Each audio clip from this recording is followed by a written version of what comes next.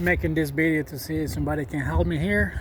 This is a 2016 Volvo XC90 inscription. Has been parked on the driveway for a while.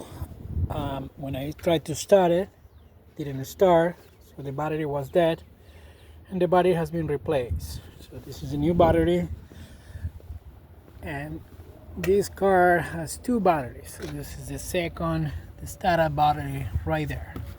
That was also replaced, it's brand new.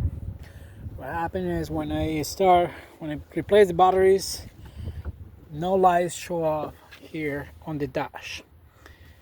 The back battery, the main one, turn this on, so the main center is fine, but there is no dash light, there's no power at all on the car, only on the center.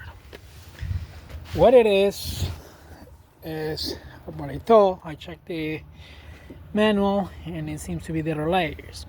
This is the relay for the starter, and this is the problem. Nothing happens on the front, still no lights anywhere except the main one, nothing here, and it makes a noise. I'm not sure if the video will be able to catch it, but it's a video. There's a noise on this section right there. So that's my question, if somebody can help. It will stop once I take the relay off.